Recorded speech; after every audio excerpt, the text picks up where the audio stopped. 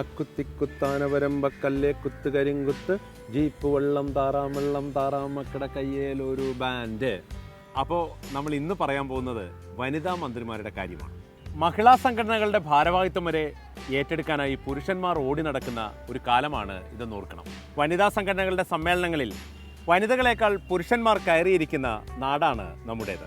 അതിനിടയിലാണ് 14ാം നിയമസഭ വലിയൊരു ചരിത്രം സൃഷ്ടിച്ചിരിക്കുന്നത്. 1957 മുതൽ 2011 വരെയുള്ള മന്ത്രിസഭകളിലെല്ലാം ഒരു വനിത മാത്രമാണ് മന്ത്രിയായി സത്യപ്രതിജ്ഞ ചെയ്തത്.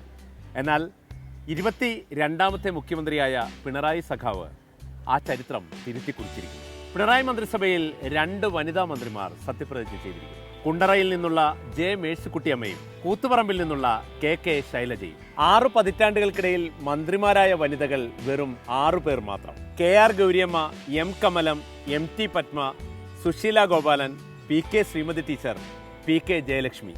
ഇവരായിരുന്നു ആ 6 പേർ. ഇതിൽ കേരളത്തിലെ ആദ്യ വനിതാ മന്ത്രിയായ KR ഗൗരിയമ്മ മാത്രം ഇരു മുന്നണികളിൽ നിന്ന് പലതവണ മന്ത്രിയായി. കേരളത്തിൽ ഏറ്റവും കൂടുതൽ കാലം മന്ത്രിയായിരുന്ന വനിത എന്ന റെക്കോർഡും ഗൗരിയമ്മയ്ക്കൊപ്പമാണ്. ഇക്കുറി 8 വനിതകളാണ് നിയമസഭയിൽ എത്തിയിട്ടുള്ളത്. CPIM-ൽ നിന്ന് 5 പേരും CPI-ൽ നിന്ന് 3 പേരും. UDF-ൽ നിന്ന് ഒരു വനിത പോലും ജയം നേടിയില്ല. എന്നാൽ 1996-ലും ഇതേ അവസ്ഥ തന്നെയായിരുന്നു LDF-ന്. 8 വനിതകൾ ജയിച്ചു കയറി. എങ്കിലും EK നായനാർ മന്ത്രിസഭയിൽ ഒരു വനിത മാത്രമാണ് മന്ത്രിയായത്. അത് സുശീല ഗോപാലനായിരുന്നു. കേരളത്തിലെ ഏതാണ്ട് എല്ലാ മന്ത്രിസഭകളിലും അംഗത്വമുണ്ടായിരുന്ന മുസ്ലിം ലീഗിന് ഒരു വനിതയെ പോലും മന്ത്രിയാക്കാൻ കഴിഞ്ഞില്ല.